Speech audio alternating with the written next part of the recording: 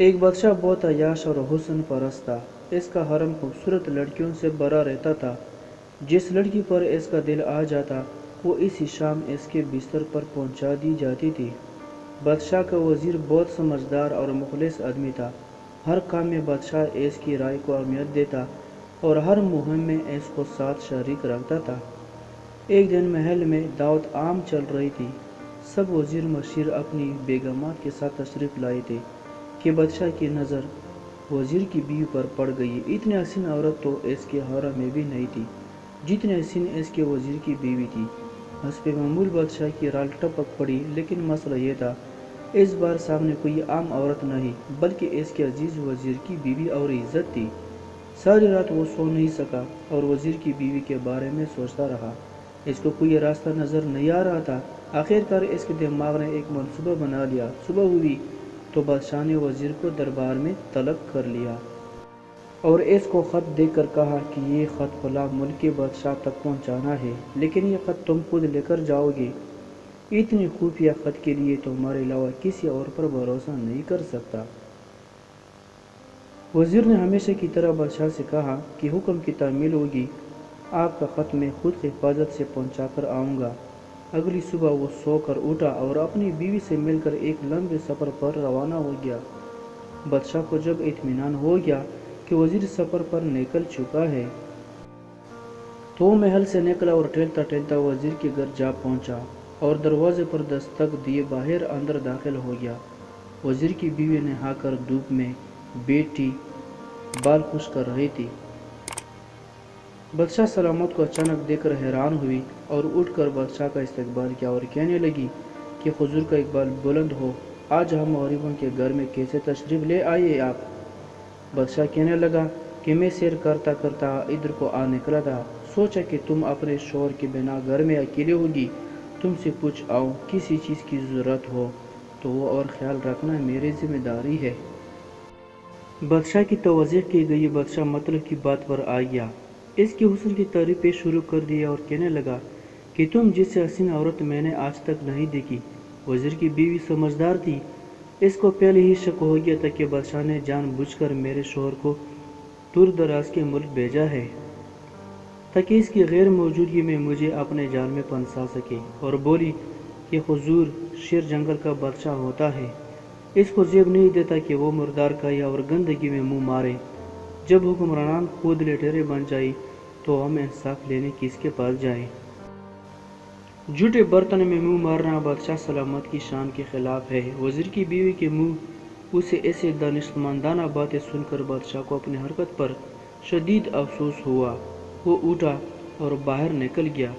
دوسری طرف وزیر جب تھوڑا آگے گیا تو اس کو یاد آیا کہ بادشاہ کا خط تو وہ گھر کے تکیے کے نیچے ہی بھول آیا ہے۔ اس نے گھوڑا واپس موڑا اور خط لینے گھر روانہ۔ فیروز اپنے گھر پہنچا تو تکیے کے نیچے خط نکالتے وقت اس کی نظر پلنگ کے نیچے پڑی، بادشاہ کے نال یعنی چپل پر پڑی جو وہ جلدی میں بھول گیا تھا۔ فیروز کا سر چکر آ گیا کر رہ گیا اور وہ سمجھ گیا کہ بادشاہ نے اس کو سفر پر اس لیے بھیجا تھا کہ وہ اپنا مطلب پورا کر سکے۔ فیروز کسی کو کچھ بتائے بغیر چپ چاپ گھر سے نکل گیا۔ خط لے کر وہ چل پڑا اور کام ختم کرنے کے بعد بادشاہ کے پاس واپس آیا تو بادشاہ نے انعام کے طور پر اسے 100 دینار دیے۔ فیروز دینار لے کر بازار گیا اور عورتوں کے استعمال کے کچھ کپڑے خرید لیے اور گھر پہنچ کر بیوی کو سلام کیا اور کہا چلو آپ کے ماں باپ کے گھر چلتے ہیں۔ بیوی نے پوچھا کہ یہ کیا ہے؟ کہا کہ بادشاہ نے انعام دیا ہے اور میں چاہتا ہوں کہ پہن کر اپنے گھر والوں کو بتاؤں۔ بیوی بولی جیسے آپ چاہو، اور بیوی تیار ہوئی اور اپنے والے دن کے گھر اپنے شوہر کے ساتھ روانہ ہوئی۔ داماد اور بیوی کو لائی گئی سامان کو وہ لوگ دیکھ کر بہت زیادہ خوش ہو گئے۔ فیروز بیوی کو چھوڑ کر واپس آ گیا اور 1 مہینے گزرنے کے باوجود نہ بیوی کا پوچھا اور نہ اس کو واپس لے آیا۔ اور پھر کچھ دن بعد اس کے سالے اس سے ملنے آئے اور اس سے پوچھا فیروز آپ مجھے ہماری بہن سے غصے اور ناراضگی کی وجہ بتا دیں یا پھر ہم آپ کو قاضی کے سامنے پیش کریں گے۔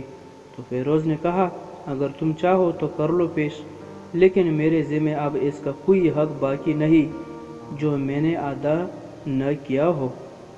وہ لوگ اپنا کیس قاضی کے پاس لے گئی تو قاضی نے فیروز کو بلایا۔ قاضی اس وقت بادشاہ کے ساتھ بیٹھا ہوا تھا۔ لڑکی کے بھائیوں نے کہا کہ اللہ بادشاہ سلامت اور قاضی کو قائم اور دائم رکھے۔ قاضی صاحب ہم نے ایک سرسبز باغ پھلوں سے بھرے ہوئے اور ساتھ میں میٹھے پانی کا کنواں اس شخص کے حوالے میں دیا تو اس شخص نے ہمارا باغ اجاڑ دیا، سارے پھل کھا لیے اور درخت کاٹ لیے اور کنویں کو خراب کر کے بند کر دیا۔ قاضی فیروز کی طرف متوجہ ہو کر پوچھا، اور لڑکے تم کیا کہتے ہو؟ فیروز نے کہا، قاضی صاحب جو باغ مجھے دیا گیا تھا وہ اس سے بہتر حالات میں انہیں واپس کیا ہے۔ قاضی نے پوچھا، کیا اس نے باغ تمہارے حوالے اسی حالت میں واپس کیا ہے جیسے پہلے تھا؟ انہوں نے کہا، ہاں ویسی ہی حالت میں واپس کیا ہے، لیکن ہم اس سے باغ واپس کرنے کی وجہ پوچھنا چاہتے ہیں۔ قاضی نے کہا، ہاں فیروز تم کیا کہنا چاہتے ہو اس بارے میں؟ فیروز نے کہا کہ قاضی صاحب باغ میں نے کسی بغض یا نفرت کی وجہ سے نہیں چھوڑا، لیکن اس لیے چھوڑا کہ ایک دن میں باغ میں آیا تو اس میں نے شیر کے پنجوں کے نشان دیکھے تو مجھے خوف ہوا کہ شیر مجھے کھا جائے گا، اس لیے شیر کی اکرام کی وجہ سے میں نے باغ میں جانا بند کر دیا۔ بادشاہ جو ٹیک لگائے یہ سب کچھ سن رہا تھا اور اٹھ کر بیٹھ گیا اور کہا، فیروز اپنے باغ کی طرف امن اور مطمئن ہو کر جاؤ، والا اس میں کوئی شک نہیں کہ شیر تمہارے باغ کی طرف آیا تھا، لیکن وہ وہاں پیر نہ تو کوئی اثر چھوڑ سکا، نہ کوئی پتہ توڑ سکا اور نہ ہی کوئی پھل کھا سکا۔